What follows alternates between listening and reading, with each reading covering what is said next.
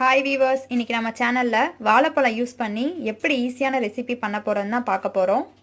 அதுக்காக நான் இன்னைக்கு ஒரு வாழைப்பழம் எடுத்திருக்கேன். நல்லா கனிஞ்ச வாழைப்பழமாக எடுத்துக்கோங்க, அப்போ தான் டேஸ்ட்டாக இருக்கும். அதுக்கப்புறம் நாட்டு சக்கரை எடுத்திருக்கேன். அது இந்த ஸ்பூன் சைஸில் 3 ஸ்பூன் எடுத்திருக்கேன். நாட்டு சக்கரை இல்லை, ஒயிட் சுகர் தான் இருக்குன்னா ஒன்றும் பிரச்சனை இல்லை. ஒயிட் சுகரே அதே 3 ஸ்பூனில் எடுத்துக்கோங்க. அதுக்கப்புறம் சோடா உப்பு, இது ஆப்ஷனல் தான். அதுக்கப்புறம் கோதுமை மாவு தேவையான அளவு. ஏன் தேவையான அளவுன்னு சொல்கிறேன்னா, அது ஒவ்வொரு பழத்தோட தன்மைக்கு ஏற்ற மாதிரி மாறும், ஈரத்தன்மைக்கு ஏற்ற மாதிரி. அது வீடியோக்குள்ளே போகும்போது நம்ம பார்க்கலாம். இப்போது நம்ம வாழைப்பழத்தை தோல் உரித்து நல்லா மசிச்சு எடுத்து வச்சுக்கலாம். பாருங்கள், வாழைப்பழம் நல்லா மசிஞ்சிருச்சு. இப்போ இதோட நம்ம நாட்டு சர்க்கரையும் நம்ம சோடா உப்பையும் சேர்த்துக்கலாம். ஆக்சுவலாக சோடா உப்பு ஆப்ஷனல் தாங்க. சப்போஸ் நான் இப்போ உடனே பண்ண போகிறதுனால சோடா உப்பு சேர்த்துருக்கேன். அப்போ தான் மாவு உப்பி வரும்.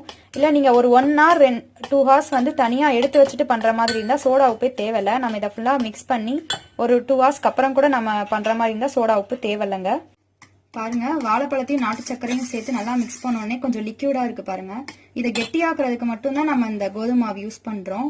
ஸோ கோதுமை மாவு அதனால தான் நான் வேரி ஆகும்னு சொன்னேன் ஒவ்வொருத்தருக்கும். ஏன்னா வாழைப்பழம் ஒவ்வொரு வாழைப்பழம் பொறுத்து தான் அது தேவைப்படும். இது இப்போ நம்ம எல்லா மாவையும் யூஸ் பண்ண போகிறதில்ல, இதை கெட்டியாக்குற அளவுக்கு மட்டும் தான் நான் யூஸ் பண்ண போகிறேன். கொஞ்சம் கொஞ்சமாக போட்டு இப்படி கலக்கி விட்டுட்டே வாங்க, மொத்தமாக போட்டுற வேணாம். பாருங்க, வாழைப்பழம் மிக்ஸ் ரெடி ஆயிடுச்சு. இந்த பதத்துக்கு இருக்கணும் பாருங்க. அதே மாதிரி தான் கோதுமை மாவு கொஞ்சம் கொஞ்சமாக தான் நான் போட்டு சேர்த்துருக்கேன். மிச்சமாக இருக்கு பாருங்க, மொத்தமாக கொட்டிடாதீங்க. நீங்களும் கொஞ்சம் கொஞ்சமாகவே போட்டு சேருங்க. பாருங்க, இப்போ நம்ம இதை எண்ணெயில் போட்டு டீப் ஃப்ரை பண்ணி எடுக்க வேண்டியதாங்க பாக்கி. எண்ணெய் சூடாயிருச்சுங்க. இப்போ மீடியம் ஃப்ளேம்லேயே வச்சு நம்ம போட்டு எடுத்துக்கலாம். நான் ஸ்பூன் யூஸ் பண்ணி தாங்க போடுறேன். நீங்கள் கையில் யூஸ் பண்ணி போடுறதா இருந்தாலும் போடலாம். ஆனால் கையில் கொஞ்சம் எண்ணெய் தடவிட்டு போடுங்க. பாருங்க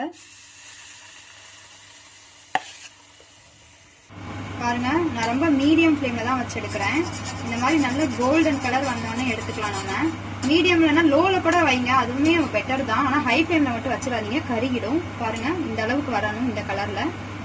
பாருங்க, நம்மளுக்கு ரொம்ப சிம்பிள் அண்ட் டேஸ்டியான வாழைப்பழ ரெசிபி ரெடி ஆயிடுச்சு. இனிமேல் வாழைப்பழம் ரொம்ப கணிஞ்சு போச்சுன்னா நம்ம தூக்கி போகணும்னு அவசியமே இல்லைங்க. இந்த மாதிரி ஸ்வீட்டான ரெசிபி நம்ம செஞ்சு எடுத்து வச்சுக்கலாம்.